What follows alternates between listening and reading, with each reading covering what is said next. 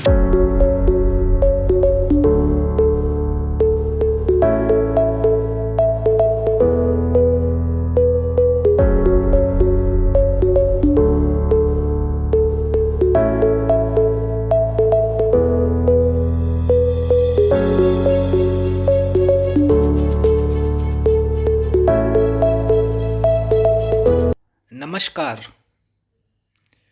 आज हमारे विद्यार्थी एक समस्या से गुजर रहे हैं।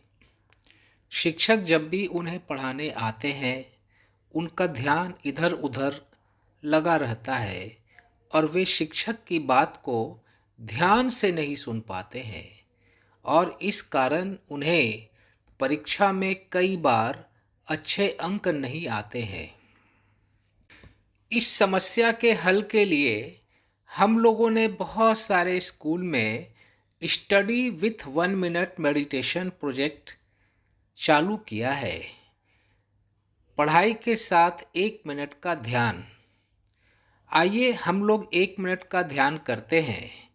आप लोग ध्यान करने के लिए तैयार हैं? हाँ या ना? अपने हाथ को पैर के ऊपर रखें और अपने हाथ को पैर के ऊपर इस तरह से रखें कि आपकी हथेली आसमान की ओर रहे। पीठ सीधी कर लें। बेंच का सहारा नहीं लेना है। आंखें बंद कर लें और हिलना डुलना बंद कर दें। मूर्ति बन जाए, बॉडी रॉक स्टिल, और आपका ध्यान आती जाती सांसों पर। आपका समय शुरू होता है अब। आपका मन शांत है, आपकी पीठ सीधी है और आपका ध्यान आती जाती सांसों पर है। आंखें बंद है और आप मूर्ति बन गए हैं सिर्फ 1 मिनट के लिए।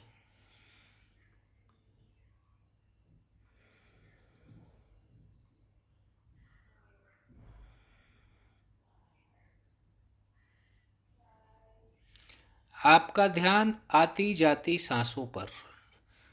कोई प्रयास नहीं करना है। सांसें अपने आप आती हैं और अपने आप जाती हैं। आप सिर्फ आती जाती सांसों को देखते रहिए। अब दोनों हाथों को आपस में घर्षण करें, शक्ति पैदा करें और हथेली को अपने चेहरे पर रखें और हथेली के अंदर ही आँखों को धीरे से खोलें और धीरे से अपनी हथेली को नीचे कर लें। आपका मन कुछ शांत हुआ विद्यार्थी मित्रों? हाँ या ना? अब इस शांत मन से जब भी आप शिक्षक की बात को सुनेंगे, शिक्षक की बात आपको ज़्यादा समझ में आएगी और आपको परीक्षा में अच्छे अंक आएंगे। विद्यार्थी मित्रों, आप एक नारा बना लो। मैं बोलूँगा ध्यान करें, आप बोलना अच्छे अंक पाएं। ध्यान करें, ध्यान करें। और इस तरह से आप जब भी शिक्षक पढ़ाने आए, पढ़ाई शुरू होने के पहले 1 मिनट का ध्यान करें और अच्छे अंक पाएं। धन्यवाद। नमस्कार। आज हमारे विद्यार्थी एक समस्या से गुजर रहे हैं। शिक्षक जब भी उन्हें पढ़ाने आते हैं, उनका ध्यान इधर-उधर लगा रहता है और वे शिक्षक की बात को ध्यान से नहीं सुन पाते हैं और इस कारण उन्हें परीक्षा में कई बार अच्छे अंक नहीं आते हैं। इस समस्या के हल के लिए हम लोगों ने बहुत सारे स्कूल में study with 1 minute meditation project चालू किया है। पढ़ाई के साथ 1 मिनट का ध्यान। आइए हम लोग 1 मिनट का ध्यान करते हैं। आप लोग ध्यान करने के लिए तैयार हैं? हाँ या ना? अपने हाथ को पैर के ऊपर रखें और अपने हाथ को पैर के ऊपर इस तरह से रखें कि आपकी हथेली आसमान की ओर रहे। पीठ सीधी कर लें। बेंच का सहारा नहीं लेना है। आंखें बंद कर लें और हिलना डुलना बंद कर दें। मूर्ति बन जाए, बॉडी रॉक स्टिल। और आपका ध्यान आती जाती सांसों पर। आपका समय शुरू होता है अब। आपका मन शांत है, आपकी पीठ सीधी है और आपका ध्यान आती जाती सांसों पर है। आंखें बंद है और आप मूर्ति बन गए हैं सिर्फ 1 मिनट के लिए।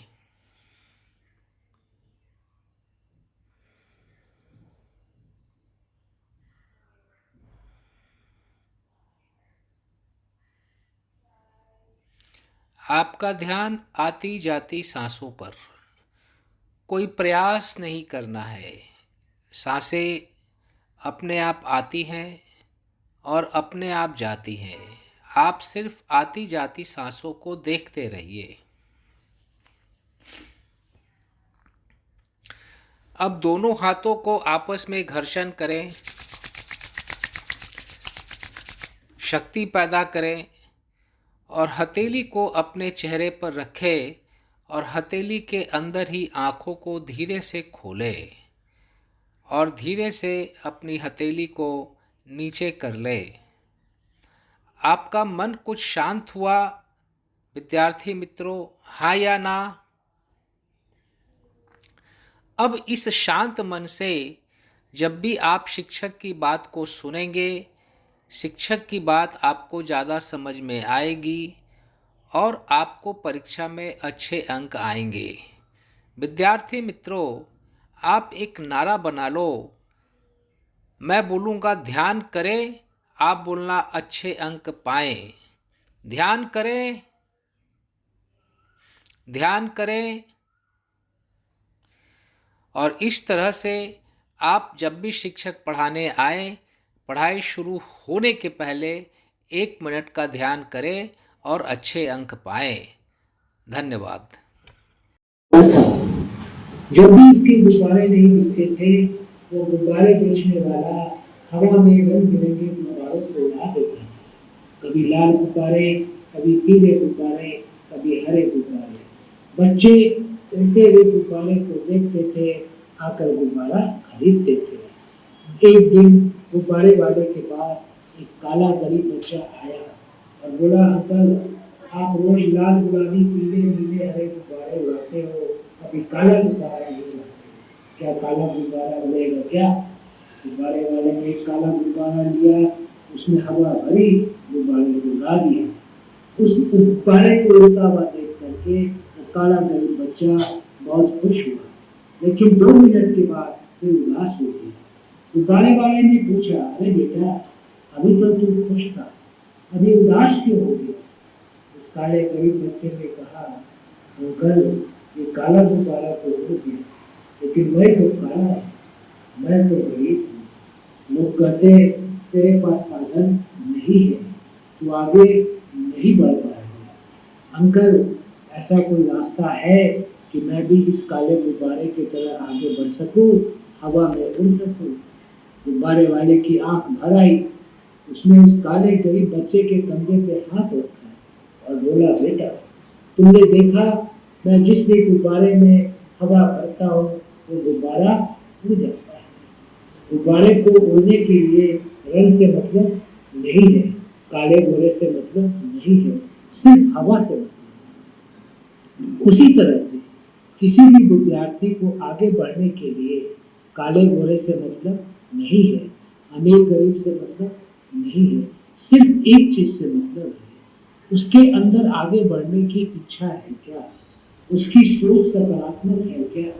अगर वो बच्चा, वो विद्यार्थी यह सोचता है कि मैं हर हाल में आगे बढ़कर ही रहूँगा, तो उसकी यह सोच उसे एक दिन जरूर आगे बढ़ा देगी। और बेटा, तुम कहते हो तुम्हारे पास साधन नहीं है, तुम्हारे पास 3 साधन है। साधन नंबर 1 दिमाग, साधन नंबर 2 समय और साधन नंबर 3 शक्ति। दिमाग, समय, शक्ति, ये 3 साधन प्रकृति ने, भगवान ने सबको दिया है। और जो भी विद्यार्थी इस साधन का उपयोग करेगा, अपने आप को आगे बढ़ाने में खर्च करेगा, वो जरूर आगे बढ़ेगा। तो काला गरीब बच्चा बोला, हाँ मैं समझ गया, मैं आज से सकारात्मक सोचूंगा, मैं आज से सोचूंगा कि मुझे हर हाल में आगे बढ़ना ही पड़ना है। और मैं आज से अपने 24 घंटे का उपयोग, मैं अपनी शक्ति का उपयोग, और मैं अपने समय का उपयोग, और मैं अपने दिमाग का उपयोग आगे बढ़ने में लगाऊंगा। और वो काली गरीब बच्चे ने काफ़ी आगे बढ़कर दिखाया। जब तो वो काला गरीब बच्चा आगे बढ़ सकता है, तो क्या हम और आप आगे नहीं बढ़ सकते? जरूर बढ़ सकते। मैं आपको आपके बचपन की बात याद दिलाता हूँ। बचपन में चलने के पहले आप बार बार गिरे थे, हाँ या ना? और हर बार गिरने के बाद आपने फिर से उठकर चलने का प्रयास किया था। अगर आप गिरने के बाद बार बार फिर से उठकर चलने का प्रयास नहीं करते, तो आज चलना सीख पाते क्या? जब आपने एक के ऊपर प्रैक्टिस आंसर द्यायचीत तो मोठ्याने. एक के ऊपर ही बार बार प्रैक्टिस किया था। अगर आप एक के ऊपर बार बार प्रैक्टिस नहीं करते, तो आप एक लिखना सीख पाते, हाँ या ना? उसी तरह से आज भी आपको कई सम्स का नॉलेज नहीं है, टीचर आपको पढ़ाते हैं, आपको बार बार प्रैक्टिस करना है, बार बार प्रयास करना है। अगर आप बार बार प्रयास करेंगे तो एक की तरह बाकी चीज़ें भी सीख जाएंगे। यस और नो? और प्रयास करना किसके हाथ में है, आपके या किसी और के? और बार बार प्रयास करने से आगे कौन बढ़ेगा, आप या कोई और? अगर बार बार प्रयास किया जाए तो आगे बढ़ना आसान है कि मुश्किल है?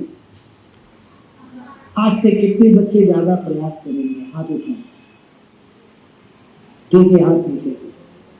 जितने भी महान व्यक्ति हुए, उनको अपयश मिला या नहीं मिला? अपयश मिलने के बाद उन्होंने प्रयास बंद रखा या चालू रखा? अगर प्रयास बंद करते तो महान व्यक्ति बनते क्या? कितने बच्चों को महान व्यक्ति बनना है? हाथ उठाओ। ठीक है, हाथ नीचे करो। तो आपको क्या करना है?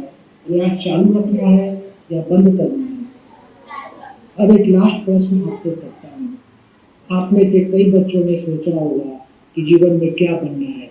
किसी ने टीचर, किसी ने प्रोफेसर, किसी ने लेक्चरर। आज आपके पास पढ़ने का 10 साल समय है।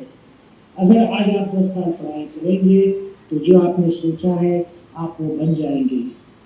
और अगर आज आपने 10 साल बर्बाद किया, पढ़ाई नहीं की, तो आपने जो सोचा है आप वो नहीं बन पाएंगे। तो आपके पास ऑप्शन नंबर 1 है, विकल्प नंबर 1 है कि 10 साल मेहनत करके कुछ बन जाए और 40 साल आराम से रहें।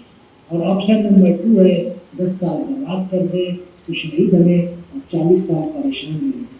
कितने बच्चों को ऑप्शन नंबर 1 चाहिए? हाथ उठाओ। तो आप सभी 10 साल मेहनत करके कुछ बनकर 40 साल आराम से रहना चाहते हैं, हाँ या ना? आप एक नारा बना लेना, जब भी असेंबली में मिलो, आपस में मिलो, एक बच्चा बोलना 10 साल की मेहनत और दूसरे बच्चे बोलेंगे 40 साल का आराम। मैं बोलता हूँ 10 साल की मेहनत, आप बोलना 40 साल का आराम। 10 साल की मेहनत, 10 साल की मेहनत, 10 साल की मेहनत। अब मैं अपनी बात 3 लाइन में रिपीट करता हूँ। जिस भी गुब्बारे में गैस भर दी जाए वो गुब्बारा उड़ेगा, उड़ेगा या नहीं उड़ेगा? जो भी बच्चा बार बार प्रयास करेगा वो आगे बढ़ेगा, बढ़ेगा या नहीं बढ़ेगा? अगर बार बार प्रयास किया जाए तो आगे बढ़ना आसान है कि मुश्किल है?